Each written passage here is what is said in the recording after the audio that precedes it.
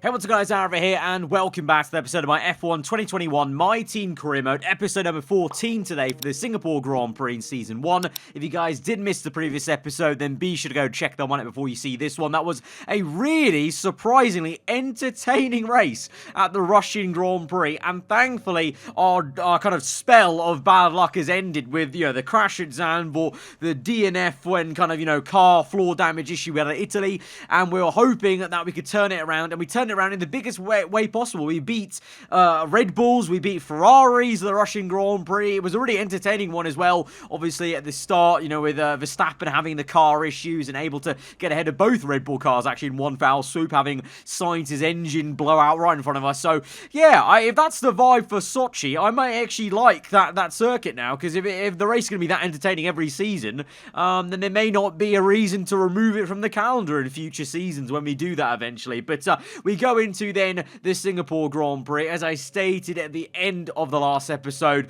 always a difficult one, the longest race on the calendar. It's always a bit of a grueler. Tyre wear, well, it was a massive issue on last year's game with the internal carcass temperature. On this year's game, that's not as much of an issue, the actual internal temperature. It's more just the pure wear rate of the tyre. So it may be a bit of a different vibe, but I still think the tyres are going to be an issue, as they always are around Singapore. But there's also a chance of a safety car. There was always historically a very high stat of a safety car coming out, so that we can always So we can look forward to that as well. But before we get into looking at some R&D and such, before we get to the race weekend, actually looking to re-sign a secondary sponsor. In the end of it, actually having looked at everything, we're just going to re-sign PSD. It's a bit of a boring option, but honestly, at the moment, where the car is, that is the easiest goal we can obtain answering the 4 interview questions. Sometimes, unfortunately, we don't get 4 interview questions, but most of the time when we do, we can answer them and it's fine. It's an easy way to get a bit more money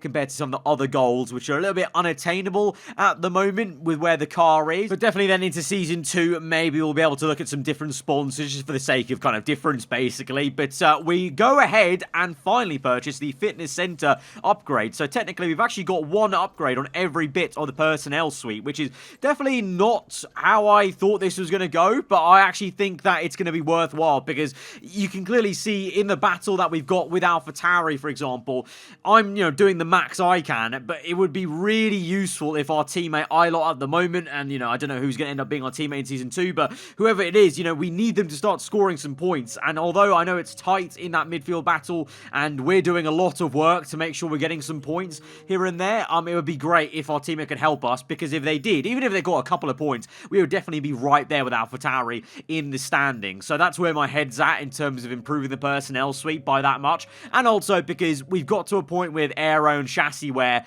the next upgrade is a Spec 2 upgrade, and that costs like 5 million. So where we are at in the career mode, I don't think we need to necessarily be going and saving for the 5 million quite yet.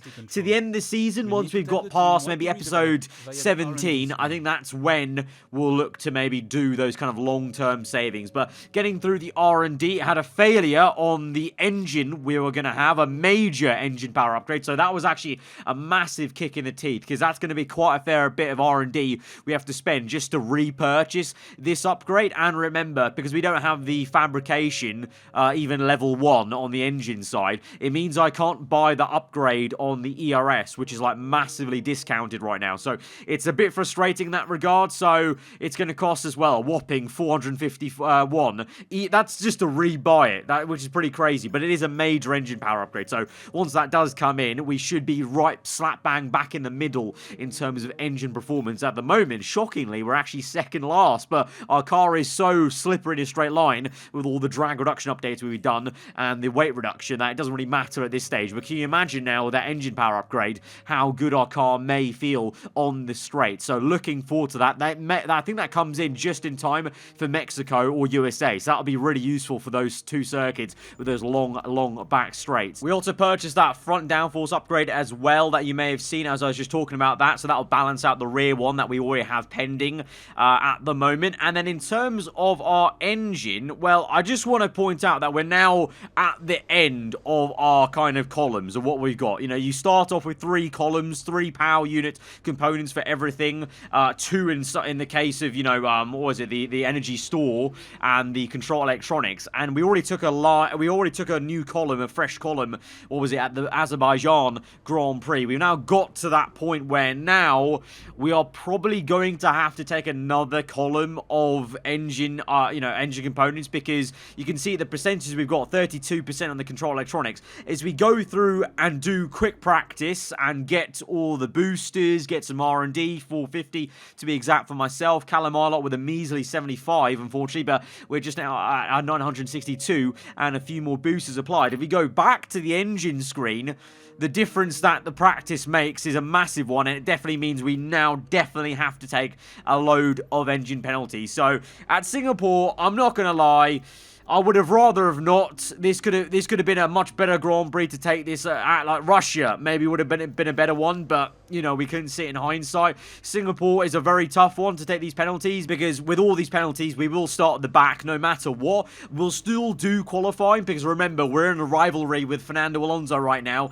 and our goal is to try and out-qualify him a few times as well to help us out with the sponsor as well, but then also try and help us in that battle. I believe it's maybe the second last race we've got of this rivalry with him, so even though technically no matter where we qualify we'll be at the back of the grid, I'm still going to do qualifying, because we need to try and get every little bit we can on Alonso, because it's 1.4k on the acclaim level that we can get if we win that rivalry, which is massive. Remember, we got 1k for that department event last episode, so just put it into context, 1.4 is quite a decent amount, I think, to gain on the acclaim level. And obviously acclaim is pretty much everything, because we need to get that extra sponsor to get more cash, upgrade the facilities, etc, etc. It's all a domino effect. So we head into qualifying, and I'm not gonna lie, it felt really weird though. I felt straight away not confident with this car.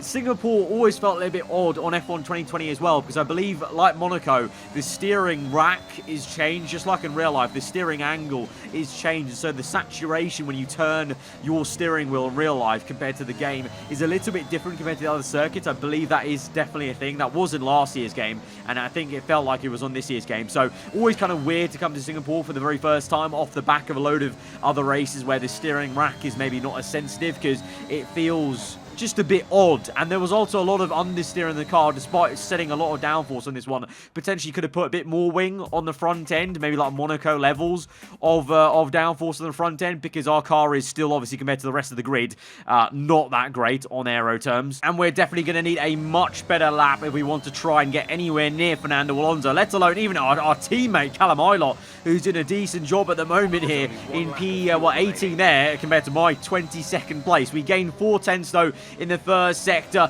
up to nearly 7.5 into the second sector as well. So clearly that first lap just really wasn't in the groove fully of Singapore. Getting to grips with it a little bit more. We're now nearly 1.5 seconds up. Now we lose a bit of time with that understeer washing over our car in the last sector as we go through now to the final bend. Again, a bit of understeer kicking in, wanting to get on the power as early as we can. 1.37 gain, and we go P17 ahead of Callum Arlott. But it's going to be, well, nowhere near good enough for Q2 and nowhere near Fernando Alonso, who's way up in P12. And in the end of it, everyone else sets better times, and we go down to P21.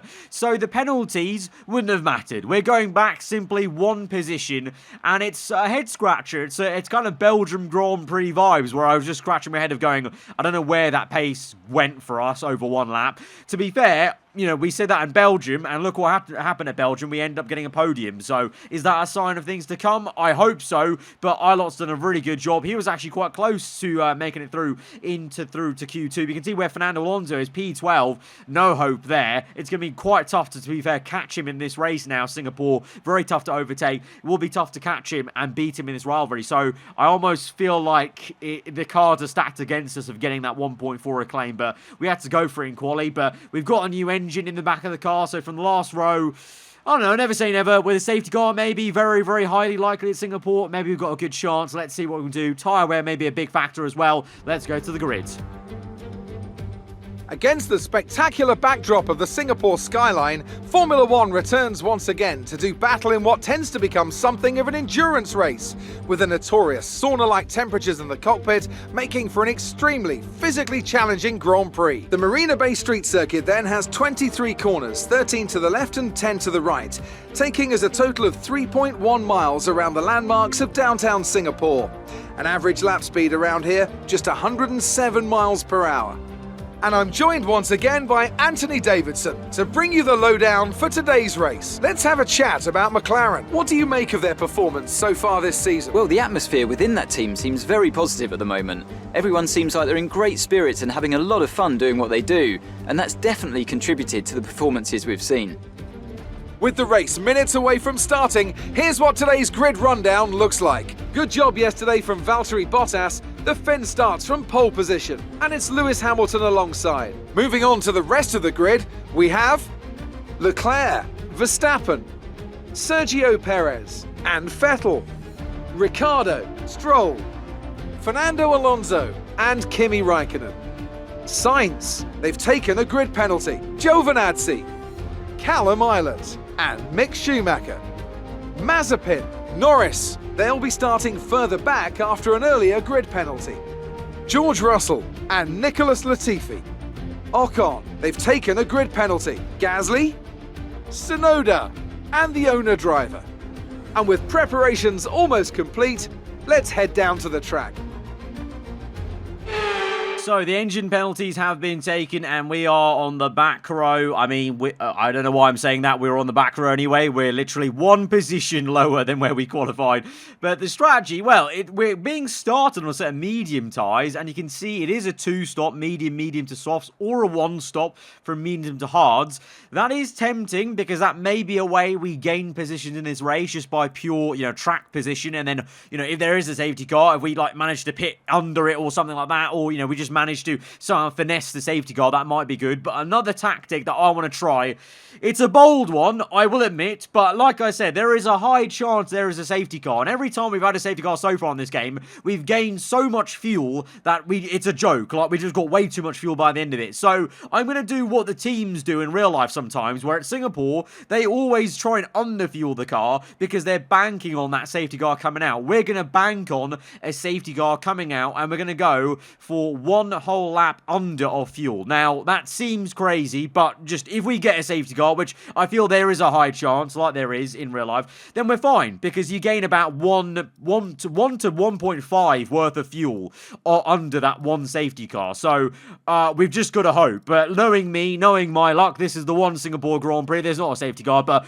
we're going to try it. We're going to risk it for a chocolate biscuit. You may as well, especially when you're at the back of the grid at Singapore. This race was always chaos on the last game. Let's hope it can be on this one as well for our sake, as we go to 5 red lights to the Singapore Grand Prix, and we're underway. And I've only noticed the 2 Alpha Tauris, our rival team, are both back here as well. That means we've got a good chance to maybe outscore them if we can get to the points. Yellow flags though, as Hamilton spun round. The championship leader is facing backwards after turn 1 as he collided with his teammate Valtteri Bottas. The Mercedes Civil War is back again in the V6 era. Hamilton backwards at turn 1. That is amazing. So you've got Leclerc up in P3. Fernando Alonso, our in-game rival, is P5 right now, whilst we're in P19, looking at the back of his teammate Esteban Ocon. What is going on here? I think we're going to have a very difficult position to try and overtake Fernando Alonso now. I can't lie, if he's up in bloody P5 position, but we get Ocon